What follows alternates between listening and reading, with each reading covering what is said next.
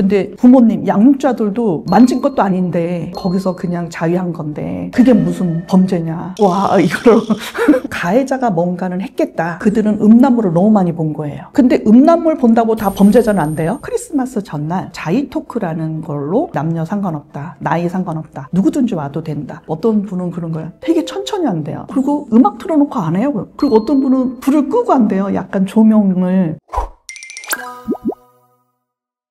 안녕하세요. 관계교육연구소 대표 손경희 박사입니다. 오늘 손경희 박사님과 함께 건강한 자기 위로와 성교육이라는 주제로 이야기 나눠볼 텐데요. 첫 번째로 자위란 어떻게 정의할 수 있을까요? 자위라는 뜻은요, 스스로 자자의 위로 위자. 그래서 손으로 자기의 성기를 자극해서 쾌락 이런 것들을 할 수 있는 행위를 자위라고 얘기하고 있어요. 우리나라 세종대왕님께서 만드셨더라고요. 거기서 이제 어원을 갖고 오는 건데요. 이제 세종대왕님은 자위보다는 수음이라고 했어요. 손으로 할 수 있는 행위다. 그래서 수음이거든요. 우리나라 말로는 용두질이라 그래요. 근데 이제 자위란 뜻이 부모님들이 좀 거북해 하세요. 그런 단어조차 입 밖에 내는 걸 꺼려해요. 그래서 지금은 자기 위로라는 단어로 한글로 조금 변형해서 교육에서도 그렇게 쓰고 있고, 저도 자기 위로라는 단어를 많이 쓰기 시작을 한 거죠. 그래서 조금 긍정적 효과를 좀 보려고요. 그럼 누구나 경험하지만 누구도 제대로 알려주지 않는 것이 바로 자기 위로인 것 같은데요. 그 이유는 무엇이라고 생각하시나요? 우선은 역사적으로 좀 따져봐야 될 것 같아요. 중세시대 때부터는 그 종교의 관념에 의해서 금욕시대이기 때문에 그때부터 이거를 금기화됐죠. 근세로 넘어와서 17세기, 18세기, 19세기에 더 억압을 했어요.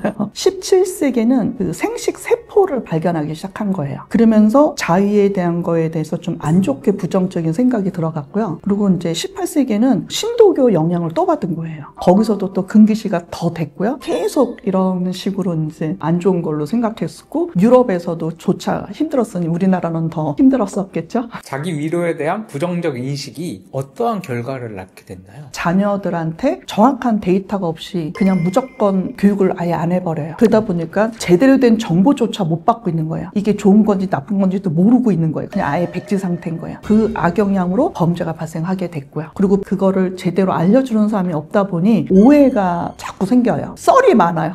그리고 또 하나 제일 심각한 건 죄책감과 수치심을 유발해요. 그 죄책감으로 인해서 사람들이 자기 자신이 자존감이 하락해요. 내가 나를 사랑해야 되는데 내가 나의 몸의 일부를 사랑하지 않게 되는 거죠. 자존감이 하락하는 건 되게 큰 문제예요. 그러니까 자존감이 하락하면 범죄로 갈 가능성이 높거든요. 그래서 아마 이 영상 보는 사람들도 자기 위로에 대해서 책을 본 적은 있는지, 영상을 보고 제대로 된 공부를 한 적이 있는지 우리가 조금 두드려야 될 때긴 해요. 강사님께서는 성범죄자들을 상담하신 경험이 많다고 들었는데요. 잘못된 자기 위로 습관을 지녔다는 공통점이 있다고 얘기를 해주셨어요. 정확하게 어떤 의미인지 구체적으로 설명 가능할까요? 우선 제가 강의한 지 23년 차예요.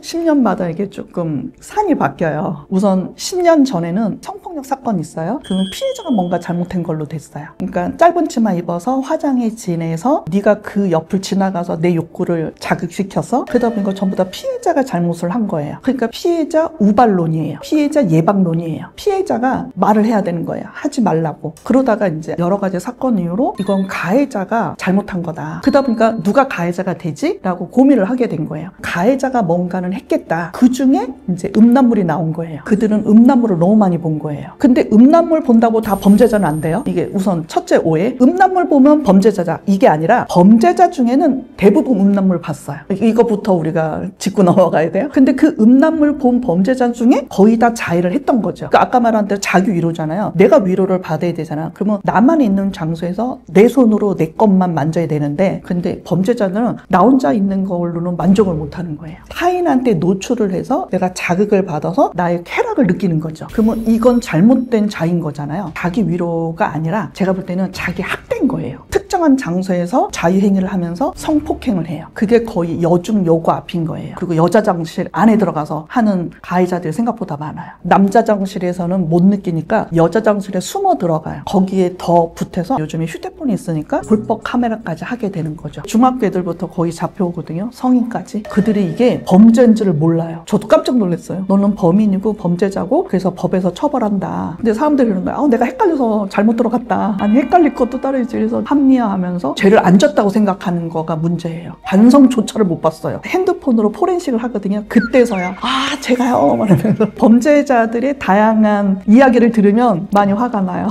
그래서 부모님들도 깜짝 놀라죠. 전화 오면 경찰서에서 얘가 여자 장실에 있다. 근데 부모님 양육자들도 만진 것도 아닌데 그냥 찍은 건데 거기서 그냥 자위한 건데 그게 무슨 범죄냐 이렇게 생각하니까 와 이거를 그래서 몰카라는 단어가 몰래 찍는 카메라잖아요. 그러니까 사람들이 범죄 인식을 못해요. 그 단어를 불법 카메라로 바꿨어요. 그래서 우리가 몰카라는 단어를 쓰면 안 돼요. 자의를 뭐 좋다 나쁘다 뭐 이게 아니라 범죄가 되는 자유도 있구나를 알았으면 좋겠다는 거죠. 제대로 된 자기 위로를 배워야 된다는 거죠. 타인에게 보여주고 싶은 욕구가 있는 건가요? 그들? 그러니까 누군가 내 거를 보는 것만 해도 되게 쾌감도 있고 잘못된 우월감이 압도적으로 많아요. 나는 하는데 니네는 못하지? 그런 것들에 대해서 문제 생각을 안 해요. 정확하게 이 포르노가 어떠한 영향을 미치는지. 포르노가 영향을 미치는 게 아니라 술을 먹은 사람이 하지 말아야 될 운전을 한 거잖아요. 그럼 술이 잘못했을까요? 그 먹은 사람이 안 해야 될 걸 한 거란 말이에요. 똑같아요. 음란물은 잘못한 게 없어요. 어쨌든 19세 이상에 봐도 되는 합법적인 영상이 있단 말이에요. 근데 거기서 불법 카메라들이 너무 많은 거예요. 이런 것들을 걸러지지 않기 때문에 이 영상을 잘못 해석하는 거죠. 누구나 다 이렇게 하나보다 이렇게 착각을 하는 거죠. 그리고 만화부터 시작해요. 애들이 만화에서 간단한 애니메이션에 그 다음에 영상으로 넘어가고 한 3년 4년 보다 보면 가지 마야 될 장소까지 가게 되는 거죠. 처음에는 밤에 가요. 아무도 없을 때. 그러니까 아무도 없는 곳에서 아무것도 안 찍어요. 그래서 점점점 대범하게 하는 거죠. 밤에 아무도 없는 곳에서 이제 사람 많은 곳에서 사진 찍다가 이제 영상 찍다가 이제는 올리기도 하고 그걸로 돈으로 팔기도 하고. 그래서 괜찮은 영상을 봤으면 좋겠어요. 저는 이제 어쨌든 성에 대해서 알아야 되니 여러 나라에서 만든 것들을 보다 보니 프랑스에서 포르노그래피 하는 여자 감독이 있는데 이렇게 봤는데 여성 배우와 남성 배우가 너무 이뻐요. 바로바로 그런 성행위가 가지 않아요. 말을 하고 스킨십하고 옷을 벗는 것도 엄청 하나씩 천천히 존중을 해준다 그래야 되나? 보고 나서 알겠더라고요. 그러니까 우리가 나쁜 것만 보다 보니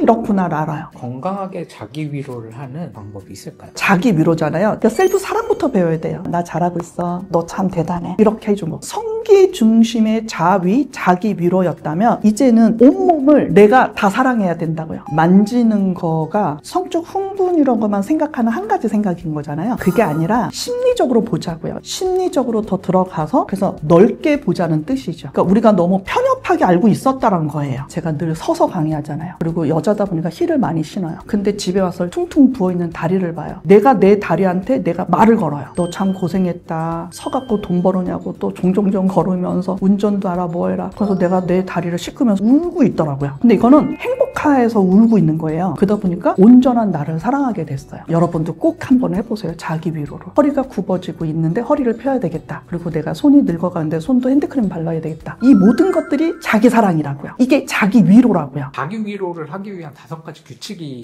있다고. 첫째는 대상이에요. 내 몸은 나만 만질 수 있다. 타인을 만지게 하거나 타인 보고 나한테 해라 그런 건 안 된다. 이건 성폭력. 두 번째 뭐냐면 장소예요. 나만 있어야 되는 장소고 내가 행복할 수 있는 장소예요. 아까 말한 여자 장실, 뭐 여중, 여고, 학교 앞 안 돼요. 그래서 장소에 대한 개념이 확실해야 돼요. 그리고 세 번째 뭐냐면 청결해야 돼요. 우선 내 몸을 내가 만져야 되니까 손을 깨끗이 씻어야 되고 온몸도 깨끗이 해야 돼요. 그리고 네 번째는 뭐냐면 행복할 때만 해야 돼요. 그러니까 내가 부정적인 생각이 있거나 화가 났거나 짜증이 났을 때 하면 안 된다고요. 그러면 이게 뇌파를 건드려요. 그래서 내가 화가 나고 짜증 날 때만 그런 성적인 환타지가 들어온다고요. 그러면 안 돼요. 그래서 예를 들면 그런 사람들이 아내 강간, 부부 폭력을 하는 거예요. 그런 가학적 행동을 한다는 거죠. 스트레스를 그런 식으로 풀면 안 된다고요. 5번째가 뭐냐면 이런 가학적인 불법 카메라의 영상에 나오는 그런 것들을 보면서 내가 시각적으로 흥분되면서 따라하는 거. 그건 안 된다고요. 그 영상을 내가 머릿속에 담아서 상상하면서 하다 보니까 내가 가학적으로 바뀌거든요. 인지 왜곡이 돼요. 그래서 내가 보는 영상도 너무 중요해요. 강사님께서는 성인 남녀 100명과 함께 자유에 대해서 토론을 진행하신 적이 있다고 들었는데 관련해서 이야기 부탁드립니다. 저도 좀 특이한 경험인데요. 크리스마스 전날 자이 토크라는 걸로 남녀 상관없다. 나이 상관없다. 누구든지 와도 된다. 누가 더 많이 왔을 것 같아요? 여성이 압도적으로 많아요. 많아요. 80%가 여성이고요. 20%가 남성이었어요. 저희가 각자 다 자기 자의를 얘기한 거예요.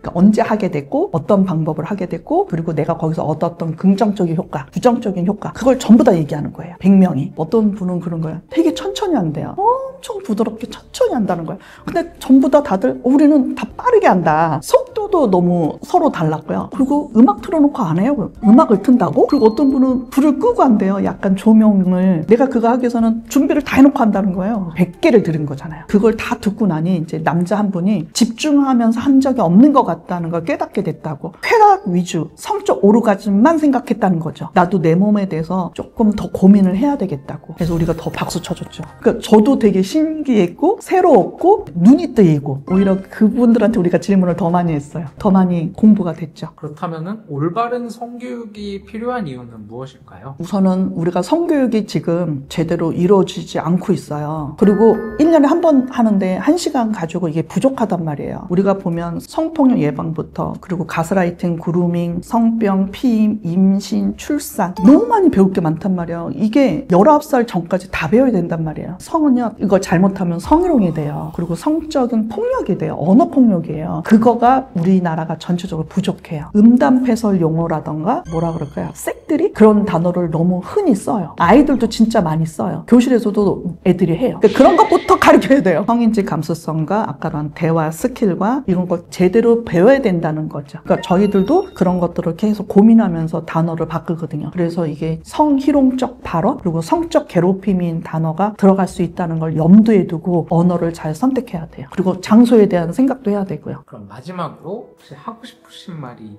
있으실까요? 우선 저는 가해자도 많이 만나고 피해자도 많이 만나요. 그럴 때마다 너무 놀랬던 건 뭐냐면 법에서 처벌까지 내렸음에도 불구하고 부모님들이 아무 문제 없는 것처럼 와요. 어른들이 아이들한테 가르쳐줘야 되는데 어른들이 먼저 문제가 없다 보니까 아이들이 문제인식이 없어요. 생각외로 범죄는 쉽게 만들어지거든요. 교육 자체가 안 됐거나 그런 걸 말 못하게 하거나 그리고 무지도 범죄가 될 수 있어요. 너무 많이 몰라요. 너무 또 잘못 배웠어요. 그리고 왜곡도 많고요. 그리고 구버전 위주로 너무 많이 배웠어요. 시대에 맞게끔 계속 업그레이드 돼야 될 교육이거든요. 끊임없이 열심히 죽을 때까지 배워야 될 게 성교육이에요. 그리고 관계 교육을 해야 돼요. 관계 교육을 하고 그 다음에 성교육을 해야 인성이 바른 사람이 돼요. 우리가 사랑을 하잖아요. 우선은 대화가 통해야 돼요. 그 다음에 뭐냐면 마음과 마음이 통해야 돼요. 그러고 나서 우리가 성적인 것들이 맞아야 돼요. 그걸 통해서 전체적으로 사랑을 배우는 거거든요. 제가 늘 그런 얘기를 많이 해요. 성교육을 통해서 인품이 있는 사람이 만들었으면 좋겠어요. 인품이 권력이 되는 세상 만들기가 성교육이라고. 그래야 좋은 곳으로 길 방향이 간다고. 관계 안에 성을 배우시길 바랍니다. 그래서 여러분들이 더 많은 것들을 건강하게 행복하게 그리고 나부터 배웠으면 좋겠어요.